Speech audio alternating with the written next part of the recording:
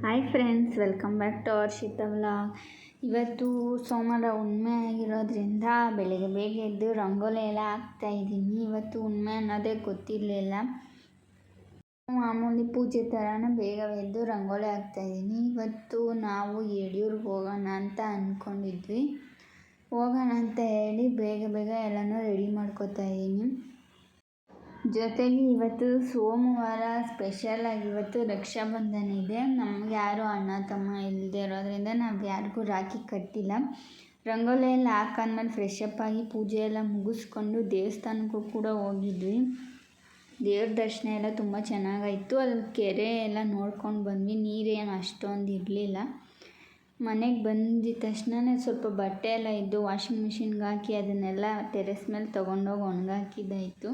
ಅಷ್ಟರಲ್ಲಿ ಹೊಟ್ಟೆ ಹಸಿತಾಯಿದ್ದರಿಂದ ಒಂದು ಆ್ಯಪಲ್ ತಿಂದು ಅಡುಗೆ ಮಾಡೋಣ ಅಂಥೇಳಿ ಇವತ್ತು ಉಪ್ಸಾರು ಮಾಡೋಣ ಅಂತ ಹೇಳ್ಬಿಟ್ಟು ರೆಡಿ ಮಾಡ್ಕೊತಾ ಇದ್ದೀನಿ. ಏನಿಲ್ಲ, ಹೆಸರು ಕಾಳು ಬೇಳೆ ಎರಡನ್ನೂ ನೀಟಾಗಿ ಚೆನ್ನಾಗಿ ತೊಳೆದ್ಬಿಟ್ಟು ನಾನಿವತ್ತು ಬೀನ್ಸ್ ಉಪ್ಸಾರು ಮಾಡ್ತಾಯಿದ್ದೀನಿ. ಎರಡನ್ನೂ ಚೆನ್ನಾಗಿ ತೊಳ್ಕೊಂಡು ಹುರುಳಿಕಾಯಿನ ಸಣ್ಣದಾಗಿ ನಿಮ್ಗೆ ಹೆಂಗೆ ಬೇಕೋ ಇಷ್ಟ ಆಗುತ್ತೋ ಹಂಗೆ ಹಚ್ಕೊಂಡು ಆ್ಯಡ್ ಮಾಡ್ಕೊಳ್ಳಿ. ನಾನು ಇವತ್ತು ಹಸಿಮೆಣ್ಸಿನ್ಕಾಯಿ ಖಾರ ಮಾಡ್ಕೊಳ್ಳೋಣ ಅಂಥೇಳಿ ಹಸಿಮೆಣ್ಸಿನ್ಕಾಯಿ ಹಾಕ್ಕೋತಾ ಇದ್ದೀನಿ. ಖಾರಕ್ಕೆ ಎಷ್ಟು ಬೇಕೋ ಅಷ್ಟು, ಸ್ವಲ್ಪ ಉಪ್ಪು, ಟೊಮೊಟೊನ ಹಾಕಿ ಒಂದು ವಿಷಿಲ್ ಬರ್ಸಿದ್ರೆ ಸಾಕು.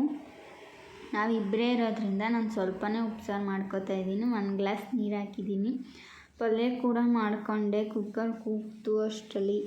ಅದಕ್ಕೆ ಏನೂ ಇಲ್ಲ, ಸಿಂಪಲ್ಲಾಗಿ ಎಲ್ಲರೂ ಮಾಡೋ ಹಾಗೆಯೇ ಬಾಣಲಿಗೆ ಸ್ವಲ್ಪ ಎಣ್ಣೆ ಹಾಕ್ಕೊಂಡು ಸಾಸಿವೆ ಜೀರಿಗೆ ಮೆಣಸಿನ್ಕಾಯಿ ಹಾಕ್ಕೊಂಡು ಈರುಳ್ಳಿ ಹಾಕ್ಕೊಂಡು ಫ್ರೈ ಮಾಡ್ಕೋಬೇಕು. ಅದಕ್ಕೆ ಹುರುಳಿಕಾಯಿ ಬೇಯಿಸಿರೋ ಹುರುಳಿಕಾಯಿನ ಆ್ಯಡ್ ಮಾಡಿಕೊಂಡು ಉಪ್ಪು ಮತ್ತು ಸ್ವಲ್ಪ ಖಾರದ ಪುಡಿ.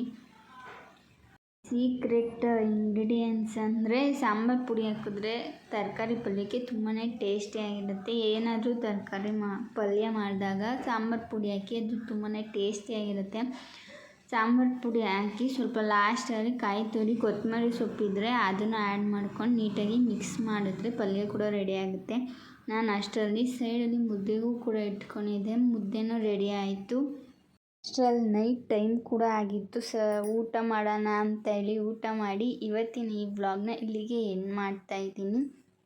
ನಮ್ಮ ವೀಡಿಯೋಸ್ ಎಲ್ಲ ಇಷ್ಟ ಆಗ್ತಿದ್ರೆ ಲೈಕ್ ಮಾಡಿ, ಶೇರ್ ಮಾಡಿ ಆ್ಯಂಡ್ ಕಮೆಂಟ್ ಮಾಡೋದನ್ನ ಮರಿಬೇಡಿ. ಸಬ್ಸ್ಕ್ರೈಬ್ ಆಗೋದನ್ನ ಮರಿಬೇಡಿ.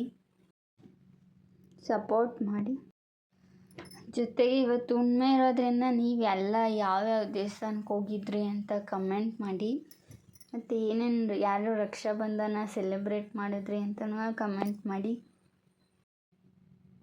ಹೀಗೆ ಸಪೋರ್ಟ್ ಮಾಡಿ. Thank you for watching.